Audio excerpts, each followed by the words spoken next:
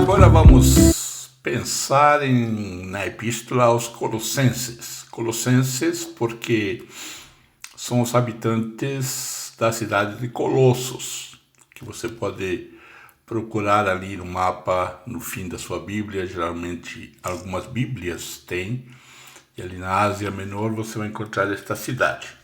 Em algum curso especial vamos dar umas aulas de geografia bíblica e vamos tratar estas cidades. Porém, agora vamos pensar um pouco nesta introdução à epístola aos Colossenses. A autoria mostra, pela crítica, que chega a reconhecer que é impossível negar a autoria de Filipenses. Negar a autoria de Colossenses. A autoria paulina é considerada como tal. Ela reivindica que foi escrita por Paulo e tem conexão com Filemão, especificamente pelos nomes que aparecem em Colossenses na parte final e aos nomes que estão também em Filemão. E Filemão é reconhecida quase que universalmente como sendo de autoria paulina. Então esta conexão de ser a carta de Filemão, a mesma autoria paulina, então se Filemão é da mão de Paulo, como é reconhecida, então Colossenses também é autêntica, além de qualquer controvérsia. Mas sempre há aqueles, no caso, que acreditam que Colossenses tenha sido escrito por outra pessoa e não por Paulo. Mas vamos ficar pensando sempre que é importante ver o seu conteúdo em termos de ensinos para nós. A sua cristologia é muito semelhante a Filipenses capítulo 2, quando fala da chamada quinose, o esvaziamento de Cristo, que ele estava na sua glória e se esvaziou por amor ao ser humano. Então esta cristologia é muito semelhante. As referências à sua própria experiência são muito parecidas ou coincidem com aquilo que sabemos da vida de Paulo, de outras epístolas. Então, o capítulo 1 fala algumas características que está em outras cartas, que você vai ler esse texto e vai perceber essas semelhanças.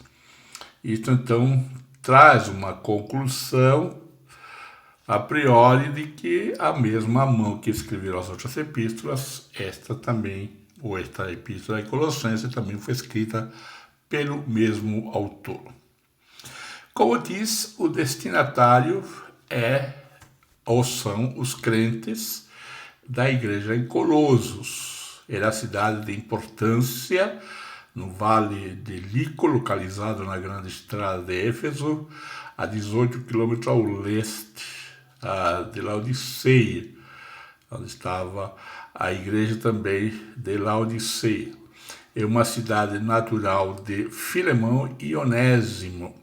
Então, Colossenses, Filipenses, Efésios são as cidades importantes que Paulo se tornou o apóstolo, o pastor daquelas igrejas, e qual ele evangelizou, trabalhou e dedicou a sua vida. Esta epístola, então, é escrita à igreja que estava nessa cidade. Pode ser que a igreja se reunia em casa de Filemão. Paulo nunca visitou esta cidade e pode ser de que Paulo, então, tenha passado, ou foi evangelizado durante a estadia de Paulo em Éfeso. Então, quando você fala de visita, possivelmente Paulo nunca tenha ido lá visitar esta igreja, mas a sua evangelização se deu quando Paulo estava em Éfeso. Isso você pode ver em Atos 19:10. Provavelmente, então, Epáfras foi o fundador da igreja. Veja que interessante, Epáfras é o nome que aparece ali na epístola aos Colossenses e ele é tratado com especial referência. Isto torna a Epáfras possivelmente o fundador da igreja, tá? Então não foi Paulo, mas foi Epáfras. E o que Paulo fazia com esta igreja? Paulo, então, a edificava através das suas cartas. Tá? O lugar da escrita, geralmente e tradicionalmente, é considerada como vindo de Roma. Paulo escreveu de Roma, Colossenses, junto com Efésios e Filemão, possivelmente na mesma data. Esta indicação vem do fato de que tanto Efésios como Colossenses foram levadas pelo mesmo mensageiro Tíquico.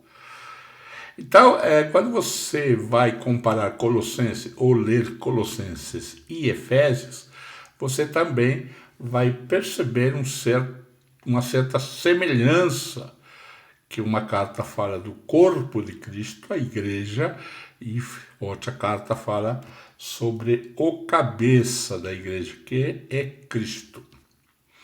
O relacionamento a Filemão se encontra na menção de Onésimo, Colossenses 4:9. Quando você lê a carta de Filemão, você vai ver o nome de Onésimo e você vai conhecer a história deste homem, Onésimo, com relação a Filemão, este Onésimo, que era alguém que precisava do apoio de Paulo. E quando estudarmos a carta de Filemão, vamos ver que interessante é este relacionamento de Filemão, Onésimo e Paulo, porque ali há um problema de relacionamento trabalhista. Talvez no nosso contexto hoje nós possamos pensar um pouco diferente, mas sabemos que há um contexto daqueles tempos bem diferente na área trabalhista.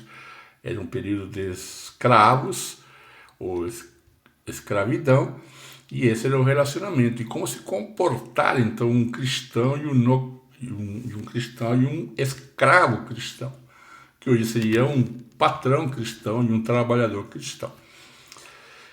Pensa-se que estas epístolas foram escritas cedo no período da prisão em Roma. Paulo esteve preso em Roma e lá ele escreve algumas cartas, e que essas cartas são chamadas cartas da prisão.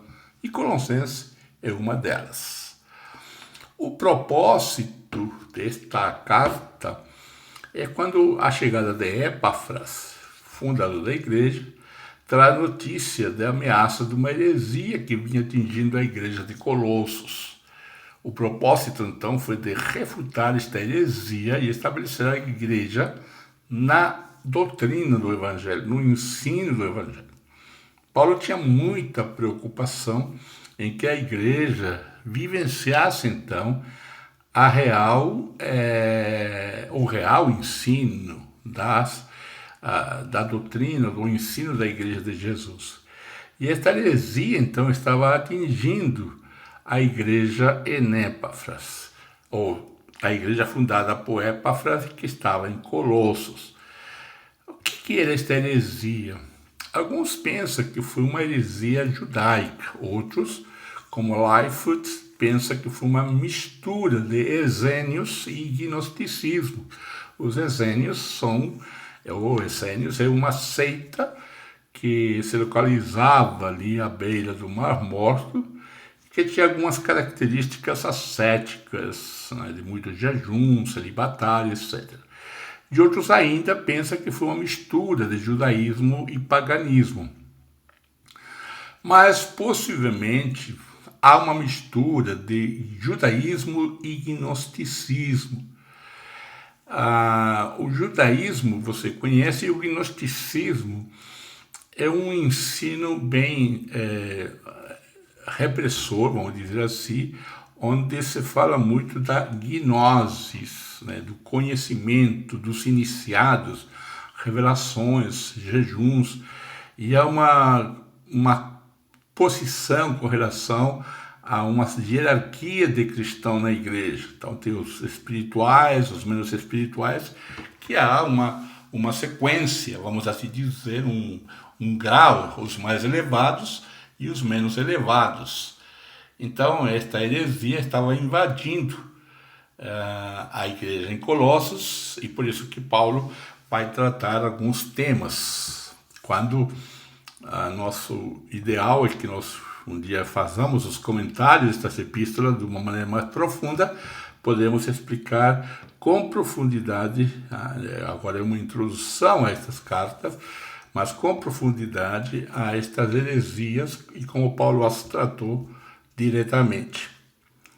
Algumas peculiaridades desta carta está que nós podemos observar algumas passagens paralelas, como já falei, com Efésios, entre Efésios e Colossenses.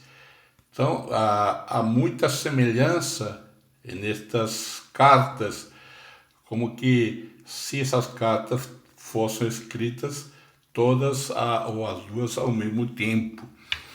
E o contraste com Efésios, esta trata do corpo de Cristo, que é a igreja, e Colossenses trata da dignidade de Cristo, que é o cabeça da igreja. E é nesta carta nós temos a única referência ao culto de anjos na Bíblia, no capítulo 18. Então ali nesse texto do capítulo 2, você vai encontrar algumas orientações, vamos colocar assim, do fazer e não fazer, algumas coisas que estavam acontecendo e que ainda hoje podem estar repetindo, que nós vamos tratar, como disse, futuramente. Algumas características de Cristo é apresentada nesta epístola. Esta epístola é uma epístola bastante cristológica, onde dá ênfase à pessoa de Jesus, algo que é importante também ressaltar nos dias de hoje, onde é apresentado com algumas características, especialmente no capítulo 1. Ali nós encontramos 5 características dele. Ali nós encontramos que ele é o Redentor, ele é o Criador, ele é o Preservador, ele é o cabeça do corpo, reconciliador. Então, nesse texto, ali nesses versículos, 8 versículos, nós encontramos 5 características da cristologia, podemos dizer uma alta cristologia de Jesus. E esta cristologia ela é apresentada exatamente para contra-atacar a doutrina ou as heresias, ou a heresia que estava entrando na igreja em Colossos. Então, cada uma dessas características tem o objetivo para refutar, então, a heresia daqueles dias na igreja em Colossos. Então, essa é a introdução que nós temos que oferecer para você ter uma ideia geral da construção, da formação desta carta, a sua origem e uma breve introdução sobre o seu conteúdo. Então, que Deus te abençoe e nos encontramos na próxima epístola. Um grande abraço e nos vemos já!